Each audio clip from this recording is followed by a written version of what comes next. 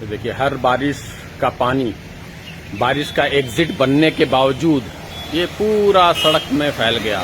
ये देखिए कितने पानी। और ये शाहीन बाग का अल्लामा शिबली नुमानी रोड का नया रोड, और बनने के बाद ये देखिए ये सारा पानी यहाँ से घूम करके और ये सारा बेसमेंट में जाने के बाद ये पूरा बेसमेंट भर गया।